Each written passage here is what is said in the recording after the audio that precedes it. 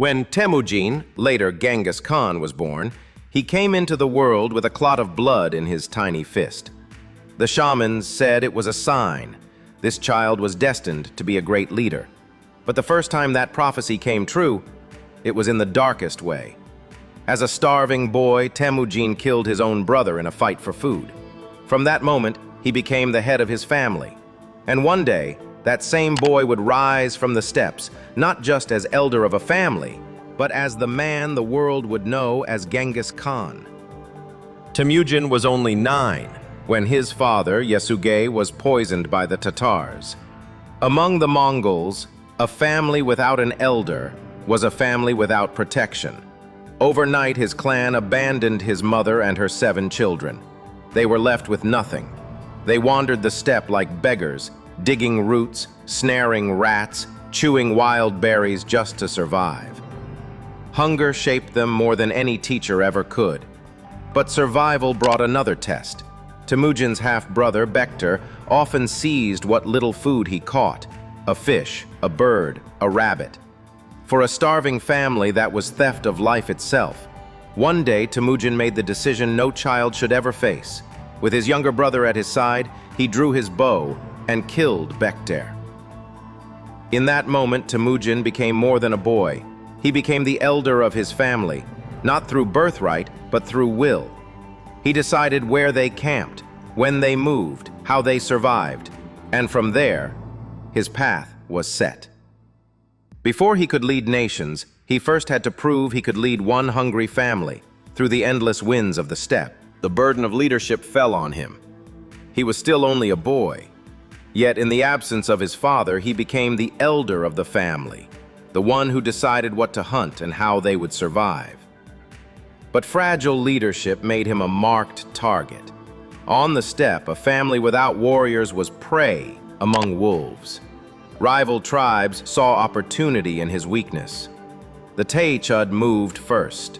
They captured Temujin and locked him in a wooden kang, a collar so heavy it bent his back and made even walking a punishment. He was paraded through camps as an example. This is what happens to boys who dream above their place. For days he endured humiliation, the crushing weight of the wood, the silence of helplessness. Yet captivity sharpened him. Temujin watched. He memorized the guards' movements, their moments of distraction, the rhythm of the camp. And when fortune opened the smallest crack, he seized it. One night, with the quiet help of a villager, the restraints loosened. Temujin slipped into the darkness and vanished into the wild steppe. By morning, the Temüjin searched an empty camp. This was not just an escape. It was Temujin's first true victory, a lesson that power is not always strength or numbers. Sometimes survival is patience, observation, and the courage to act at the very moment your enemy believes you are broken. Even after his daring escape, Temujin knew survival alone would never be enough. He needed allies. Years before, his father had promised him to Borte, a girl from the conqueror tribe. Now, as he grew older, he married her. She became his loyal partner, standing by him through every trial. Temujin also sought the support of Khan, a powerful leader and an old friend of his father. To honor that bond, he offered Khan a sable coat, a gift from his in-laws. It was more than wealth. It was respect, a bridge of trust between clans. Through these alliances, Temujin discovered an essential truth. Power is not won alone. Friends, partners, respect, they mattered more than fear. Each handshake, each gift, each promise could tip the balance between survival and destruction. With his wife's strength beside him and the backing of influential allies, Temujin began taking his first careful steps toward uniting the scattered Mongol tribes. He was no longer just a boy who had escaped chains. He was a young leader, learning the rules of diplomacy, loyalty, and strategy. One morning, as the sun rose, Temujin and his family were just waking when suddenly horses thundered across the camp. The Merkits, his father's old enemies, had come to attack. Temujin acted fast. He hid his wife Borte in a cart and told an old servant to take her far away. Then he led his mother and brothers in another direction, hoping the raiders would follow him and not find his wife. But the cart was caught. Temujin and his family escaped to the mountains, deep. Desperate, he ran to Khan, his father's old ally, and begged for help to rescue Borte. Khan kept his promise. He sent 20,000 soldiers. At the same time, Temujin's childhood friend, Jamukha, arrived with another 20,000 warriors. For the first time, Temujin felt hope. Together, they rode for many days, chasing the Merkits across forests and plains, until they reached a vast lake. At night, Temujin struck. The Merkits panicked, many fled, but those who stayed fought fiercely. In the chaos, Temujin found Borte. He lifted her onto his horse. They were together again. From that day on, Borte remained by his side, loyal for the rest of her life. The Merkits were defeated. None of the raiders survived. Weeks later, Borte gave birth to a son, Jochi. Whispers spread. Some doubted he was truly Temujin's child. Temujin did not care. He loved his son, and he raised him as his own. The friend who had come to Temujin's rescue during the Merkit campaign was Jamukha, his childhood companion, his blood brother. Their bond had been unbreakable. They shared food, hunted together, even slept on the same bed as children. At 12, they sealed their brotherhood with the ritual of Anda, drinking each other's blood, pledging loyalty for life. As they grew, so did their power. Both gathered warriors, both rose through the ranks of the Mongols. But ambition is rarely shared equally. Temujin and Jamukha began to clash over leadership. What was once brotherhood began to fray under the weight of desire for control. Jamukha's path turned ruthless.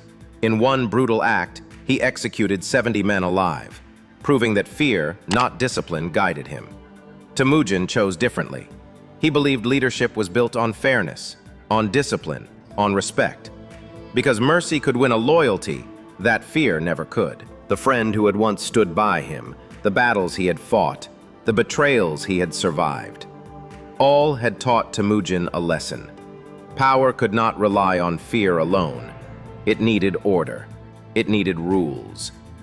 He looked across his growing army, a mix of warriors from countless tribes, each carrying grudges, loyalties, and ambition.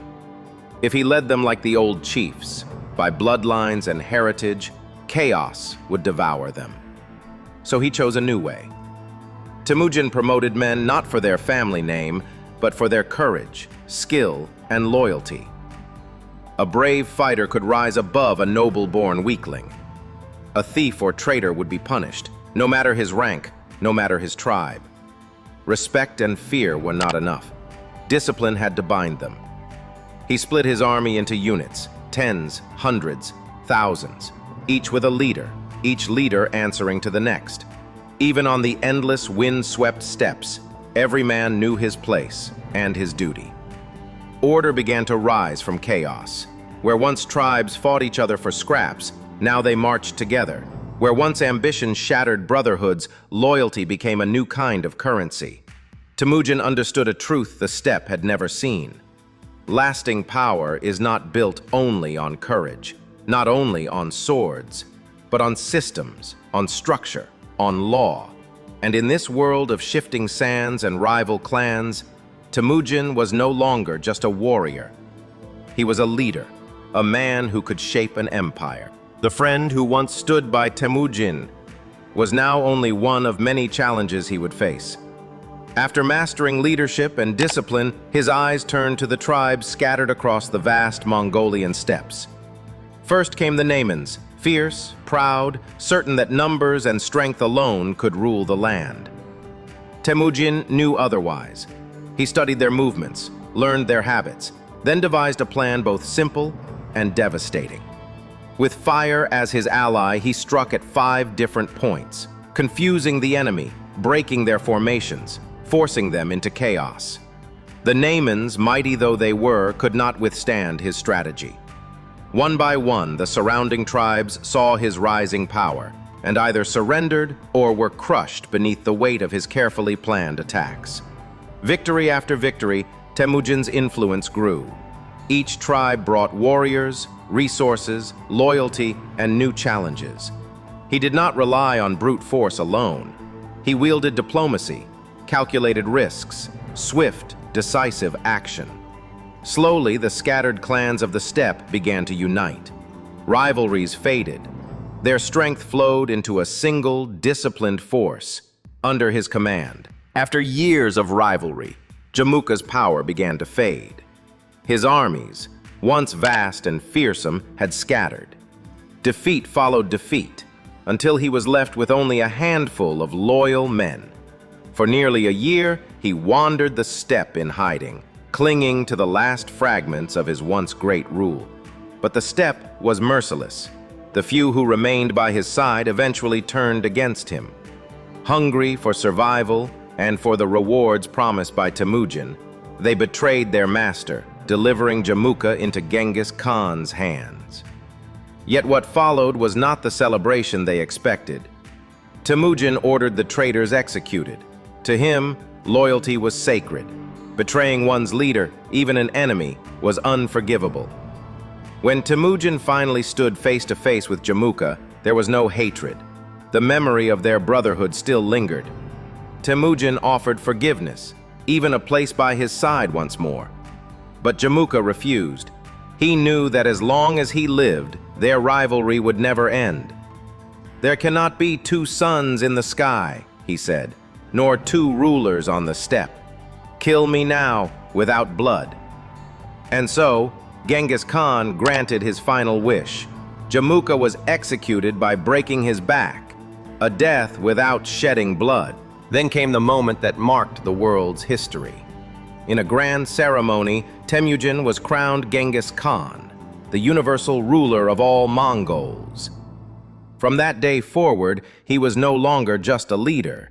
He was the unifying force that had transformed a land of scattered tribes into a kingdom capable of shaking the world.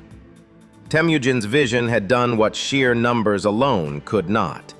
By turning division into unity, chaos into order, and fear into loyalty, he had created something unstoppable, a force shaped by strategy, discipline, and foresight.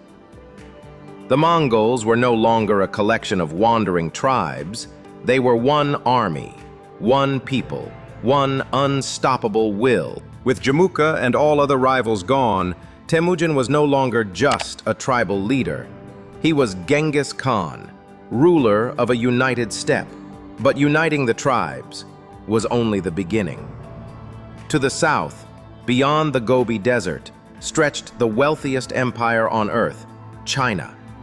Its cities brimmed with riches, armies, and walls that had stood for centuries. In this episode, we traced how Temujin, later known as Genghis Khan, rose from captivity and betrayal to unite the Mongol steppe under his rule. But this was only the beginning. In the next episode, we'll step beyond Mongolia to witness how Genghis Khan carried his armies across borders, shattered empires, and shook the world.